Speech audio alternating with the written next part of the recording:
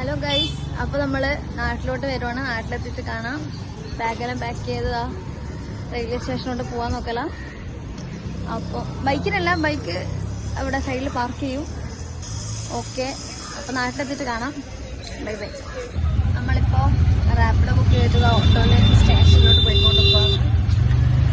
വലിയ ട്രാഫിക് ഇല്ല, ചെറിയ ചെറിയ ഈവനിങ് ആകുമ്പോഴാണ് ഇവിടെ നല്ല അത്യാവശ്യം ട്രാഫിക് ഉണ്ടാവും. നമ്മൾ പൊതുവെ ഈവനിങ് ഒരു 8 മണീൻ്റെ ട്രെയിനാണ് പോക്കുണ്ടായത്.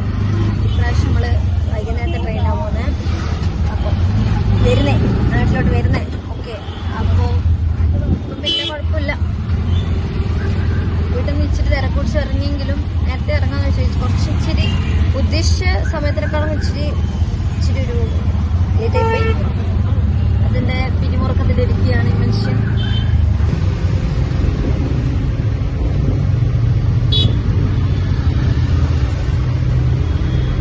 നമ്മൾ സെൻട്രലിൽ എത്തിയിട്ടുണ്ട്. ബേബു, നമ്മൾ സെൻട്രലിലെത്തി. ഇനി പ്ലാറ്റ്ഫോമൊക്കെ ഏതാണ് നോക്കട്ടെ. 4:20 ട്രെയിന്. ഇപ്പം തന്നെ വെയിലടിച്ചിട്ട് ടാൻ അടിച്ചു ഫുള്ള്. നമ്മൾ ട്രെയിനിലൊക്കെ കയറി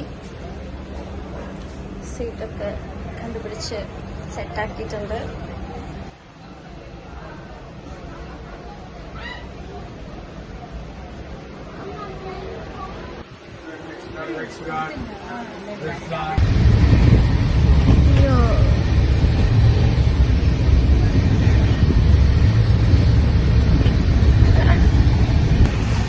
ചപ്പാത്തി വാങ്ങിയിട്ടുണ്ടായിരുന്നു.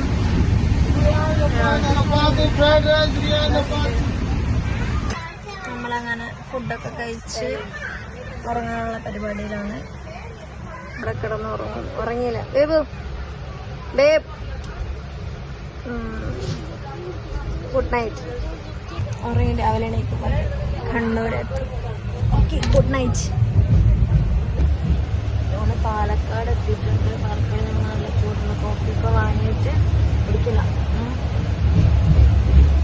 1 മണി സമയമല്ല, 1 മണി സമയം. 4:30 ആവുമ്പോൾ കണ്ണൂരെത്തും. ഓക്കെ,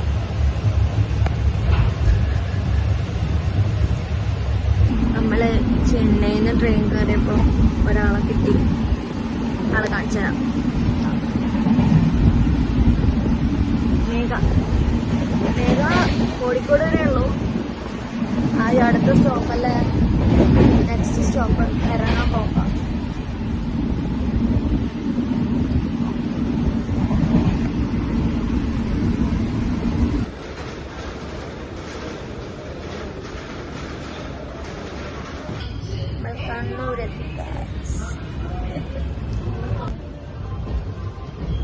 കണ്ണൂരെത്തിയ നിമിഷത്തിൽ താങ്കൾക്ക് എന്താണ് പറയാനുള്ളത്? നോക്കാം.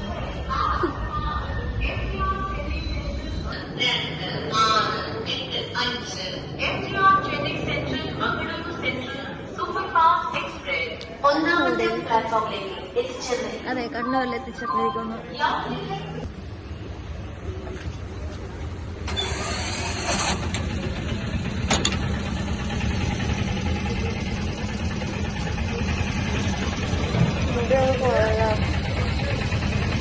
അങ്ങനെ നമ്മൾ കണ്ണൂരെത്തി. ചായയും ഉണ്ടക്കായെല്ലാം കഴിച്ച് ഇവിടെ ബസ്സിനായിട്ട് വെയിറ്റ് ചെയ്യുകയാണ്. അപ്പോൾ ബസ് എത്ര മണിക്കാം? 6:15 തോന്നുന്നു. ഇപ്പോൾ സമയം 5:45 ആയി. വെയിറ്റ് ചെയ്യണം ഇവിടെ. 6:20 അങ്ങനെയാണ്.